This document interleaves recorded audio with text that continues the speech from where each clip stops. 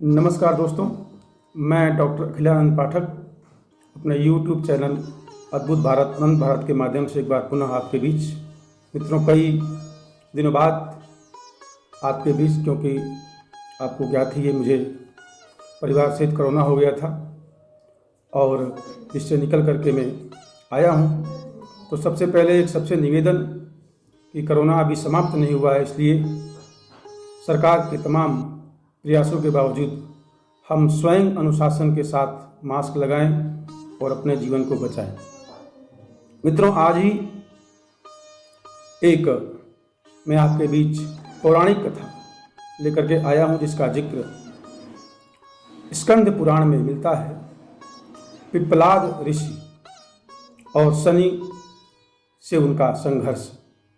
मित्रों, प्रख्यात ऋषि दधीचि के पुत्र पिप्पलाद ऋषि हुए।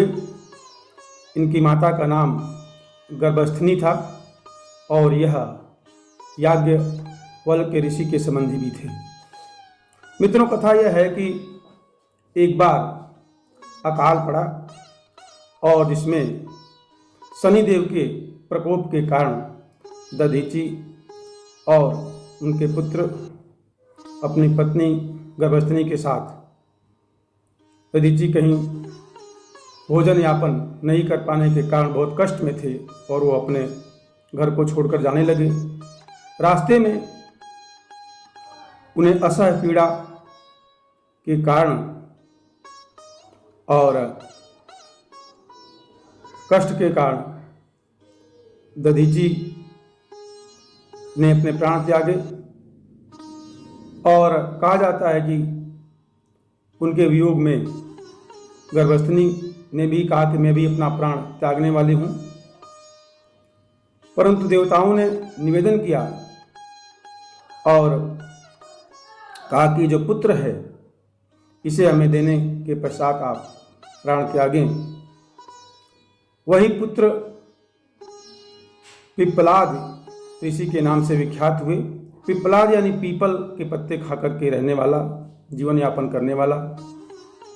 जिस स्थान पर गर्भस्थनी ने अपना प्राण त्यागा, वहाँ पर जो गाय है उसने जो दूध दिया उसको दूधेश्वर कहा जाता है स्थान का नाम। कुछ समय पश्चात जब पिप्पलाद बड़े हुए और उनको ज्ञात हुआ देवताओं के द्वारा कि बचपन में उनके माता पिता की मृत्यु का कारण क्या है, तब उन्हें बताया गया कि शनिदेव के प्रकोप के कारण आपके साथ ऐसा हुआ। वे बहुत क्रोध में आ गए और उन्होंने नक्षत्र मंडल से शनि को सीधे जमीन पर पटक दिया, जिससे उनका एक पांव टूट गया। इसलिए शनिदेव अपाहिज भी हो गए।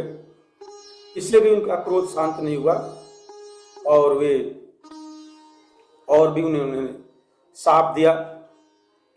वो उन पर और भी क्रोध करते से पूर्व ब्रह्मा जी प्रकट हुए। उन्होंने कहा कि यह तो ग्रह नक्षत्रों का योग है, इसमें शनि का कोई दोष नहीं, इन्हें आप छोड़ दें।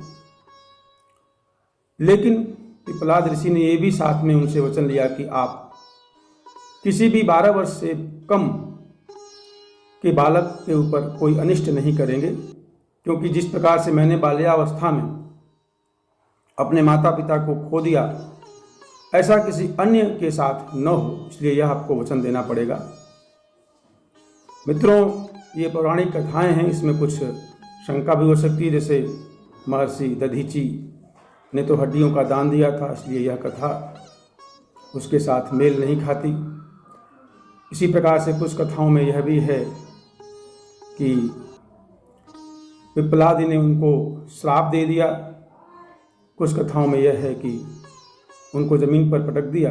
क्योंकि ये पौराणिक कथाएं हैं, इसमें समय काल के साथ परिवर्तन होता रहता है। मूल विषय नई पीढ़ी को जानना चाहिए कि किसी चीज़ का जो प्रमाद है वह अच्छा नहीं होता। और उसके बाद पीपल के पेड़ के नीचे रहने के कारण इनका पिप्पलाद बहुत ही बड़े यह ऋषि हुए और इनके द्वारा रचित जो मंत्र है उसका जाप करने से शनि देव का प्रकोप मानव प्राणी पर कम होता है, लोग आज भी उसका गायन करते हैं।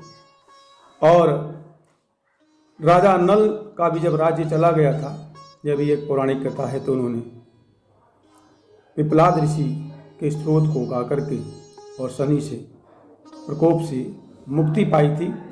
तो इस प्रकार से हमारे देश में महान ऋषि मुनि हुए हैं, उसमें ही पिप्पलाद ऋषि का नाम आता है, जिन्होंने अपने माता पिता के लिए गई पीड़ा को समझ करके न सिर्फ बहुत बड़ा यज्ञ तप किया, वरन एक प्रकार से उसका प्रतिशोध भी लिया, परंतु देवताओं के कहने पर उनको क्षमा भी कर दिया, क्योंकि क्षमा सबसे बड़ा गुण होता है और यही हमारी ऋषि परंपरा है। आज हमें यह ध्यान रखना चाहिए और नई पीढ़ी को हमारे ऋषि मुनियों के बारे में जानना चाहिए। महर्षि दधीची परंपरा के पिप्पलाद ऋषि हुए और इस बारे में जानना चाहिए, इसीलिए मैंने यह पौराणिक कथा आपके समक्ष रखी। आशा है आपको अच्छी लगी होगी। आप लाइक करें, कमेंट करें। किसी प्रकार की वेद पुराणिक कथाओं के बारे में अगर आपको और भी जानना है तो निश्चित रूप से कमेंट बॉक्स में आप लिखें और अपने बारे में बताएं।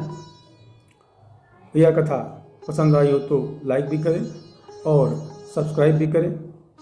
मिलेंगे पुनः एक बार पुनः अन्य किसी विषय पर, तब तक के लिए बहुत बहुत धन्यवाद। नमस्कार। स्वस्थ रहें, मस्त रहें, व्यस्त रहें और कोरोना से बचने के लिए निश्चित रूप से मास्क लगाएं।